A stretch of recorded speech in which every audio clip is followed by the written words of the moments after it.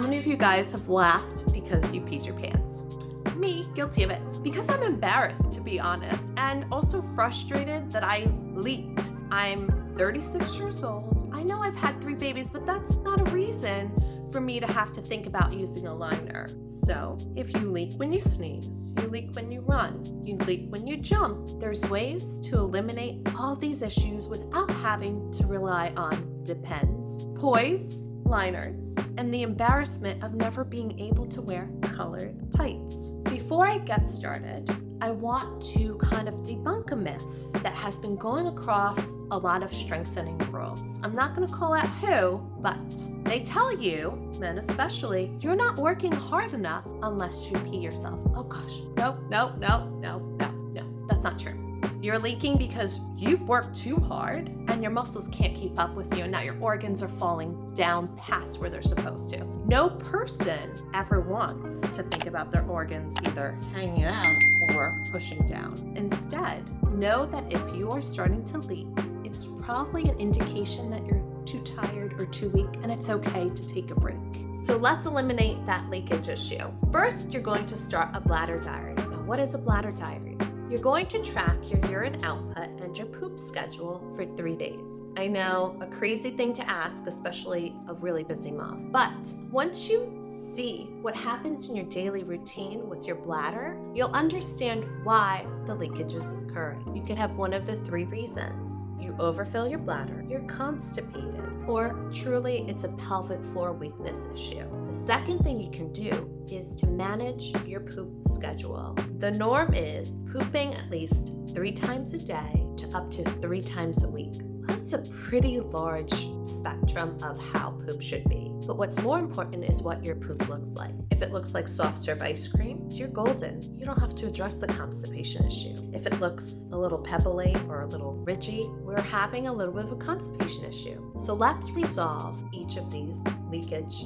paradigms. So you discovered you're an overfiller. How do we resolve that? This is actually the easiest to resolve. You get on a schedule, a routine. You're going to try to pee every 2 to 4 hours. And your urine output with a regular stream, not where you're pushing, not where it's slow, should be about 8 to 12 seconds long each time you use the bathroom. But there are some variables and outliers. Your first pee of the day is an outlier. We filled our bladders a little too long, that's okay. That could be a really long pee. Or you're going on a trip and you're holding because you don't want to stop at that sketchy rest stop where the bathrooms are gross, that's okay too.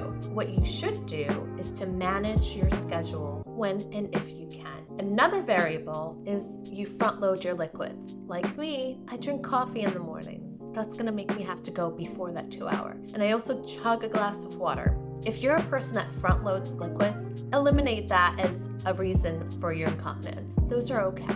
You figured out that yours is a constipation issue, and that's okay. First, you want to try to manage those pressures. Are you the person that has the belly hanging out? Your back is hurting all the time? Let's just start by adding some pelvic tilts into your daily routine. The other thing you can do, which is pretty easy, is to drink a little bit more water, increase your fiber. But these are all questions to ask a nutritionist or your pharmacist, because they're the ones that would be able to help direct you to your exact needs. And then what you can do into your daily routine is start the I Love You massage, your ILU massage. Let's get on the floor and do this together. So what you're going to do is you're going to find your belly button and you're going to create circles in a clockwise direction about 10 times. You're then going to find your left hip and your left ribs, and you're going to sweep up with minimal pressure, just enough to feel pressure. This is to mimic the rectum and the descending colon to move poop along. We're going to rub 10 times. Then you're going to find your right rib to your left rib and to your left hip. We're going to make the L across your ribs and down to your hip 10 times, picking up your hands each time you perform the L shape. And now the U. The U is from the right hip to the right rib, to the left rib, and to the left hip.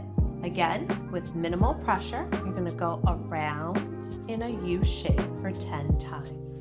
Repeating this massage into your daily routine allows digestion to occur a little bit quicker and allows poop to move along rather than stay inside of your colon, wreaking havoc. When there's too much poop in the stomach it pushes down on the bladder and leakage occurs. And my favorite recommendation for anyone who uses the bathroom is to use a squatty potty. Although I don't have one in front of me, I'm going to mimic why that position is so important. I'm going to come sit onto a yoga block and have my knees above my hips. This position naturally moves things along without us having to push it out. And no, this is not a paid advertisement. It's just an amazing tool for bowel management. So you have no urine issue and you have no constipation issue. Then we know that it's a pelvic floor weakness issue. These are my favorite exercises to strengthen that pelvic floor to be able to do the activities without apprehension. The first one I call a single leg extension. We're gonna stand on our leg, but we're gonna make this a little bit harder. You're going to bend your knee and you're going to kick that back leg back. Here, you're going to feel the burn on the outside of the hip. For me, it's on the right side. You're going to take that left leg back and turn it out. When you do these little movements, what happens is it engages the pelvic floor even more. I have this little foam in front of me to maintain my balance. We're going to hold this position for 10 to 15 seconds and repeat 3 times on each side. As you come up, take a breath in and then out to step together. Now try on the other side. The next exercise we're going to do is called a Buddha squat, but for me, I like to call it the goddess squat. Take your feet just outside of your hips and turn your feet out slightly, not locked, just a little bit. You're going to take your hands and put them out next to you so your palms are facing forward. Then you're going to take a breath in to stretch that pelvic floor and breathe out as we try to get below our knees. Take a breath in and stretch and then out to come up. It's pretty hard getting below your knees. So if you can only take a breath in and then out, get halfway down, guess what? Your pelvic floor is still engaging. The goal is to get lower because we get a deeper strengthening down here, but we can also strengthen here. Repeat this 5 times. Take a break, feel your heart beating, and then try it again. Let's start the half kneeling lunge with a little bit more pelvic floor firing. Come down to the floor. If your knees are bothering you, just put a blanket or pillow underneath here. Take your foot to the outside of your mat and take your knee to the outside of that mat. Take a breath in, and as you breathe out, push up. You can see how much wobble I had there. That's because I have a weak pelvic floor. Take a breath in, and then out.